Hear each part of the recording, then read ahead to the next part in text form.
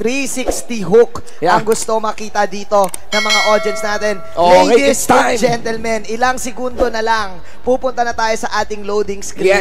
Sino ba ang mas malakas? Ang showmatch ng mga showmatch, mga kaibigan. Chooks versus Doggy. Thunderford, magtago ka na. This is it. Thunderford, magtago ka na. Kami yung pinaasa mo sa showmatch. Sakto lang. Buti na lang dumating si Chooks. Si Chooks. No? Sabi ni Chooks, aba ako na ang pinakabagong kalaban mo sa season 2 ng buhay. Kumanda ka, Doggy P. Kumanda ka, Doggy P. Ikaw pala ang Pirate King. No, ako ang top global Jupiter. Ako ang top global Jupiter. Laban ng Grand Line versus Jupiter to. Eto na mga kaibigan. Ako excited na ako. Excited din ako. Hindi ko nakita. Kasi kasali sila Venus eh. Oo nga. Kasali yung mga pro players natin Hindi ko nakita yung hero ni Doggy sa totoo lang eh. Kimi yan. Si Kimi. Hindi ko alam kung si Chook support. Tingnan na natin. Okay, let's go. Ladies and gentlemen, South Mall, we are into the game! Team Doggy versus Team Chooks. Para sa mga Team Chooks, mag-ingay! At para naman sa Team Doggy, mag-ingay! Eto na. Tabla. Ladies and gentlemen, welcome to Mobile Legends. Welcome to esports. Welcome to our community. Eto na. Mukhang seryoso yung mga players natin dito, Kuya Shinbu. But look at this. Very creative yung ginagawa ng Team Doggy dito. Zas opting to go for the bottom lane and kuha kagad ang buff. But look at the bottom lane. Estes at si Arts at si sorry I'm bad. Magkasama si Aaron. Si Aaron, mga kaibigan. First blood in favor of Team Chooks. Si Doggy yata ay Kaja. Si Luffy. Most likely si Luffy yan. Si Luffy yan. Mga kaibigan, Graveso here dueling up with Vern. Kasama rin sila Tira dito. Pero tatlo lamang sila. The Green Weekend cornered here. Tira. Bumabakalat sa may pinakalikod. Atras na rin ang kanilang gagawin. Tira doon si Chooks! Chooks, oh my God! The Oh My Club Sinicious. That will be the first death. Ladies and gentlemen, Halos. Pero hindi pa tapos ang gera natin dahil medyo nakabawi na bagya. Dito, si Kimi for the Granger. Oh my God! Hindi biro to. Ang ginagawa ni Chooks ngayon. Also the Franco getting checked there by Doggy. Pinanata ni Doggy. At bumelat pa! Mga kaibigan, hindi ka pa hinog, boy. Hindi ka pa hinog, boy. Hindi ka pa hinog. Kumbaga sabi dito ni Chooks, papatikim ko sa iyo yung aking hook chook. Hook chook. Tapos sabi ni Doggy dito, bawal yan sa NCR. Bawal yan sa Manila. Kaibigan, mali ka ng pinasukan na liga. Pero tignan mo madadala ba tayo ni Chooks sa Hook City? Kitang-kita mo naman yung kanyang exhibition para lang siyang nag-stream sa Chook City mga kaibigan. Well, let's see here. You have to remember na nandito pa rin yung mga ibang star powerhouse then coming in to the side of Team Chooks. You still got Oh My Venus there. Yes. At sa fight na nangyari sa taas, wala si Oh My Venus doon. But the problem for Team Doggy, yung Zaz nila na gusto sana makakuha ng magandang farm nakuhaan ng mga objectives doon sa bandang baba. Meanwhile, si Tira ang inahabol dito, Kuya Shin. Oh My Venus na binabakapan si paring Arts here. The main major coming in from the champion of the Aussie. Chooks once more onto Burn. And Chooks putting in the burn to Team Doggy. 2-4-2 accuracy, ladies and gentlemen. 2-4-2. Hindi nagmi-miss. Pag nagmintis, Chamba. Pag nagmintis ang Hook, Chamba, ladies and gentlemen. Chooks, maganda ang kanyang pinapakitang pick-off capability dito. Again, yung lineup dito ng Chooks TV, pare koy, napakagandang burst sa early game. Meron kang Dead Sonata, meron kang Lunox, at meron kang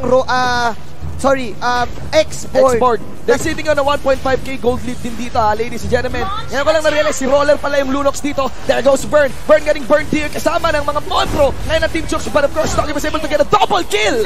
Masyadong maasim, ladies and gentlemen. At sa matitila, nako po, Renny J, si Kuya J will get the shutdown kill. That is a good spike ng gold para dito sa Team Doggy dahil medyo shutdown yun. Yes. Si Roller pala ay nasa Granger din. At kapares ni Chooks dun sa may mismong taas, mga kaibigan, you can actually see na with the Nick Wonder by Doggy, the lead was offset. Equal na ngayon, halos 10k bawat isa. Seryosohan ang ating laban. This is going to be the second rotation of the Krabby Patty. Nagkakabilihan na ngayon, ladies and gentlemen, ng mga first core items. Raptor Machete for the Kimi, and of course, of the Granger. Ang maganda sa laban na to, Kuya Shin, sino ang unang manghuhuli? Si Chooks ba o si Doggy? Parehas may hila. Yung dalawang yan. Yun na nga, might be the ultimate there coming in from Doggy and also on the Chooks. Now, going into the analytical side of things, I'm still waiting out whenever the mid-game skirmishes started here kasi ang solid pa rin ang lineup talaga ng Team Chooks dito. Pero Estes, pero there is Roller. Roller getting checked. Roller. Chooks. Tignan natin. Naku po. Pinagkaisahan, mga kaibigan. And ayun na nga, hindi na rin siya naka-back-pray. Sinabi niya back-pray. Pero yun, there's the turret gonna be destroyed as a bonus on their deaths. Tignan natin question po kasi dito si Oh My Venus, talagang gusto nilang samahan ang Lunox. Kasi gusto nilang i-shutdown yung Zas. Kasi yung Zas, kapag nawala ng damage yan, yung Kimi kasi nagpo-follow off eh. Yes. So sabi ni Oh My Venus dito, shutdown lang natin i-shutdown yung Zas. Yes, kasi medyo madali lang ma-counter yung Zas. Aalis ka lang dun sa mga Neopets eh. Tanda mo, napakainit din ni Arts maglaro dito. Dating nag-brilliant siya. Alam niya na anytime pwede pumasok sila Dogs dito with Luffy trying to cast his ultimate, and upon casting the ultimate na burn yung Divine Judgment na walang nahuli under the Brilliance. Tignan natin, pero nag-miss si Chooks dito ng isang magandang ng isang base check. Tignan natin si Luffy. Nako, nahuli si paring Chooks. Siya ang main target dito. Nako, tanawan taba. Taba mga kaibigan, pero may burn na ginawa. Coming in from Flame Shooters, the last insanity foes. Of course, destroying the Hylos. A double kill si Arts. Enabled here by Oh My Venus. Estes wins game. Estes na hindi na mamatay mga kaibigan. Wala, no damage whatsoever. Habang Brilliance, ladies and gentlemen, para kay parang Arts dito. Tira dulce. Apat na hero ang mawawala sa team ng Doggy at si Chooks ang naging ultimate sacrifice. Mga pre. All planned. Kasama sa plano, pre. Kasama sa plano, pre. And now they get a turtle secured here. The lead getting taken down to 3,000 para sa Team Chooks dito. 9-11. O diba, ito ang showmatch. Ito ang tunay, 9-11.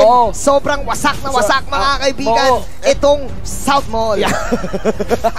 Sa dami ng tao ba naman? Sa dami ng tao. But kidding aside.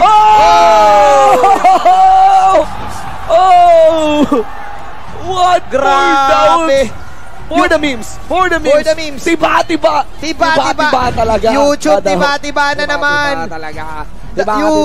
YouTube. Sa mga channels dyan, mga kaibigan. Tsaka men, tignan mo si Chooks dito parang feeling ko pre-practice niya to. Nga no? Parang sabi niya, welcome to Cebu. Parang hindi Chooks yung naglalaro Parang si Chuex. Parang si Chuex eh. Tsaka men, mahilig talaga sa tuhog ang mga Cebuano. Uso lechon dun eh. Men talaga. Yan ang pambatok ko dun. Yan ang pangbatok mo dun, paring Shinbu. Let's see, mga tol, kung paano makabawi dito ang side ng Team Doggy. Yeah, the biggest hero here that is ahead totally is onto Arts. Now has the Genius One, kasama rin ang concentrated energy. I'm not so sure sinong makaka-check para kay Arts dito. Lalo pat masyadong mainit yan. Especially enabled here by Oh My Venus Estes. Again, this is the very best Estes into the world. Chooks! Medyo mainit na rin sila when it comes sa ultimate coming out of Gravesu. Pero napakasakit. Medyo mainit. Pero ayon, huling hirit ay mapupunta dito sa side ng Team Chooks as they will get the Halos. And that's the problem there. Nagpa-follow up na ngayon ng Kimi, mga kaibigan. Na shutdown na rin na ginawa doon yung Zasyan. Team Chooks with an obviously once more. The lead is so much. Subs TP. Saan ka pupunta, Doggy? Sabon basura, mga kaibigan. Saan ka pupunta, Doggy? Oh my dogs. Grabe, nag-flicker ka pa. Grabe si Chooks. Grabe! Ang kapangyarihan ng Jupiter! The power of Jupiter, ladies and gentlemen! Ganun pala mag-ML doon? Pwede pala yun! Sabi ni Chooks TV, advance ako mag-isip, pre! Grabe! Nauna pa siya sa first! Man! He came from the future, Kuya Shin! Grabe si Chooks dito! Oh my God! Ibang kamay ni Chooks. Malupit umirada, mga kaibigan. No, pre. Pero lagi mong tatandaan, ang unang umamba doon ay si Doggy. Alam mo, ang chill lang ni Chooks. Kimi mo may racket. Hold up. Pwesto dito. Okay. Ito sila Gravesu. Si Chooks Agendi. Chooks TV. Hangin lang. Okay. Manok na pula yung gamit kasi ni Doggy dito eh. Tignan natin, alam mo kasi lahat ng giwang ba? Lahat ng manok na pula tagilid talaga eh. Gumigewang nga. Oo, gumigewang yan eh. Tignan natin, 9-14, mga tol, Chooks TV laging on point. Lahat ng kanyang mga hooks dito. Hooker T, man. Hooker T is real. Chooker T. Oh, Pasok so real. Okay. Ladies and gentlemen, onto the item check. You can actually see how behind the Kimi is there. Blade of Despair not yet built even on the 9-minute mark. Medyo napatagal si paring Doggy dito. Oo, sila Graveso enabled. Andun din. Kasama rin sila Estes. Actually, sa totoo lang, yung mga taga-team Brook Crew na sumama kay Chooks, talaga mainit. Nag-practice yan eh. Nag-practice yan kanina talaga din para sa championship. Kasi ito si na Doggy, kumbaga galing Pampanga. Oh! Gabi Chooks! At lumapit si Doggy kumante, mga kaibigan! Tamang gante, ladies and gentlemen, na 9 for 5. Nawala dito si paring Chooks. Mga kaibigan, pumasok dito si Graveso naman with the last Insanity. Doggy, so crazy with the answer there against Chooks. Na maalam yung Zaz, though ang happy pa rin ng binabato ni Ars dito, paired with Venus. Nagkakahilaan lang ang dalawang players natin, ladies and gentlemen. Piling ko tumabi na yung 8 players eh. Tumabi na eh. Parang piling ko 1-on-1 na to eh. Piling ko 1-on-1 eh. Piling ko 1-on-1 na to eh. Sa Lord Pit. Pero alam mo kasi, nangyayari dito, paring Shinbu, napakasakit ng damage yung X-Board. Pero pre, grabe yung highlight pre, dun sa mid lane. Oo. Chooks. Kaya pala ni Chooks yun, flicker to the hook. Marunong, lagi kasi nating nakikita, hook flicker eh. Hook flicker. Sa kanya baliktad, flicker to the hook. Chooks TV, mga kaibigan. Fresh from Cebu. Fresh from Cebu, di ba? Fresh from Cebu. At paharap pa yung flicker. Paharap pa. Yabi, tapos sinagot din ni Doggy. Sabi ni Doggy, Chooks, ganito kasi. Flicker, Divine Judgment. Yung hook mo kasi tinatarget, yung Divine Judgment ko, instant. Oo. Mga kaibigan. Grabe. Diba talaga. Yun lang ang masasabi ko. Talaga. Kumbaga sa bok. Ibang klaseng laban to. Kumbaga kung basketball to, nag-tres si Chooks, nag-tres din si Doggy. Ganun kalupit. Ang malupit, dalawa yung bola sa court. Yun na nga mahirap dito. Pero kung titignan natin ang laban, Team Doggy, sila yung nasusupress kasi nga, Kimi line up to, pare. And the Estes on the Lunox as well. Oo. I think that's very risky. Kung gusto mo talagang i-shutdown si Oh My Venus dito at ang buong Onyx PH, iban mo yung Estes. Oo, respeto na nila yung Estes. Respect the MC talaga. Kasi naman disrespect, binan, Mia. Nag-Mia bad ba? Leila pala, Leila Nana. Hindi yung disrespect, respect ba yun? Respect ba yun? Respect, okay. Kita mo nga yung hook ni Chooks. Ni Chooks, matama. Siyang tunay eh, no? Paano pa kaya kung yung Leila tank yun? Oo. Kumbaga kung Leila yung pinili ni Chooks, yung ulti nun, abot hanggang Cebu. Tapos kapag dinivine judgment yun ni Doggy. Oo. Pag dinivine judgment yun ni Doggy, Leila tank eh. Ayun nga eh. Oo, diba? Baka mamatay. Grabe no, Leila tank. Leila tankers, pwede pala yun, Muntun. Naka-antik kiras. Oo nga eh. Muntun, baka naman. Eto na, ladies and gentlemen, 12 minutes, hindi nagamit dito ni Chooks yung Lord, yung Lord buff nila. Medyo na-delay sila ng bahagya as the mid lane, medyo mapatagalan. But another hook missing para kay Chooks. Hinggang sa Ilos Ultimate, parang Yapi, Glorious Band may activated dito ni paring Vern. Onto the top lane side, you can actually see pumasok agad si Game, pointing out the ultimate chance, of course, of getting that Divine Judgment down onto one target. Melios, one ng mga membro dito ng Team Chooks. Renegade here, back up, hindi pa natay ang tops natin. Chooks still online, at kahit away lang si Tira dito, ang depensa nagawa ng Team Doggy. Napakagandang depensa, Doggy, ladies and gentlemen. Nahila dito yung isang core hero ng side ng Team Chooks. Medyo mahirap din eh. Sa ganyan kasing nagalawan, Kuya Shin. Kapag kadya ka, yung mga hila mo, lagi mong itatype, mahirap yan gawin eh. Kasi may auto-targeting, di ba? Yes, so dapat pass ka pa sa pass yung hands mo. Oo. Mabilis ka pa sa pass. Dapat mas mabilis ka pa sa pass. So Doggy dito, since sanay na, kuhang-kuha kagad yung core. Indeed. Well, we will see, guys. I still lamang, obviously, ang Team Chooks dito. That's sitting around 10,000. There's a well-fed Lunox. There's an untouchable Estes there. Pero there's still that possibility. It all boils actually to Doggy. Sa totoo lang, kasi siya yung main initiate dito. Correct. May mauli lang sa juicy target. I would really recommend sungkitin niya na si Oh My Venus. Si Oh My Venus. Alam mo naman kasi, Philippine representative ng M1. Paano mo mahuhuli yan? Oo nga eh. Ladies and gentlemen, eto na. Masyadong mainit ang laban para matapos kagad. Yes. Dahil 11:15 pa lang. Medyo nagkakaroon na ng scaling ang side ng Team Doggy dito.